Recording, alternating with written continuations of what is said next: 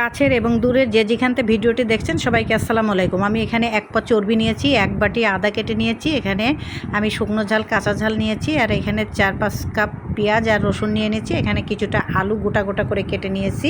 এখন আমি চর্বিটা তেলের ভিতরে দিয়ে সুন্দর করে নাড়াচাড়া করে যখন চর্বির কালারটা ভাজা ভাজা হয়ে যাবে তখন আমার এর ভিতরে আমি দিয়ে দেবো গোটা গোটা করে যে আলুটা কেটেছি, আলুটা ওর মধ্যে দেবো, দিয়ে আমি এটা বেশ কিছুক্ষণ এটা ভাজা ভাজা করব। এখন আমি এর ভিতরে যেসব জিনিস দেবো সেগুলো আপনাদেরকে দেখাবো। এক বাটি দিয়ে এলাম আদা কুচি, আর এর ভিতরে দেবো এখন হলো গরম মশলা, আর এই একে একে সব দেবো।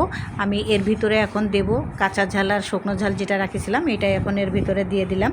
এখন এর ভিতরে দেবো আমি 2 পিস তেজপাতা, আর দেবো 3-4 কাপ আমি পেঁয়াজ আর রসুন নিয়ে নিয়েছি।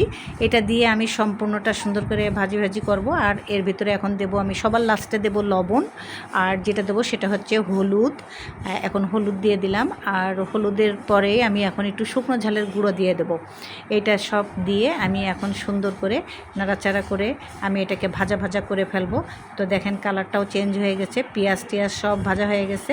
এটা অনেক দেরিতে দিতে হয়, পেঁয়াজ রসুন এগুলো কিন্তু সবার লাস্টে দেবেন। দেখেন আমার এটা সুন্দর একদম ভাজা ভাজা হয়ে গেছে, আমার ভাজিটা হয়ে গেছে। এটা গরম ভাতের সাথে খেতে হয়, গরম ভাতের সাথে এটা খাইলে বেশ অনেক ভাত খাওয়া যায়, খুব ভালো লাগে।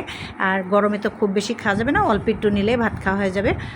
তো এইটা এরমভাবে আপনারা চর্বি ভেজে খেয়ে দেখবেন কত টেস্ট। আর ভালো লাগলে লাইক শেয়ার কমেন্ট করে দেবেন। ইউটিউবে আমার একটা চ্যানেল আছে বেবি কুকিং, সেখানেও আমি মজার মজার রান্না ছাড়ি, সেখান থেকেও আপনারা ঘুরে আসবেন।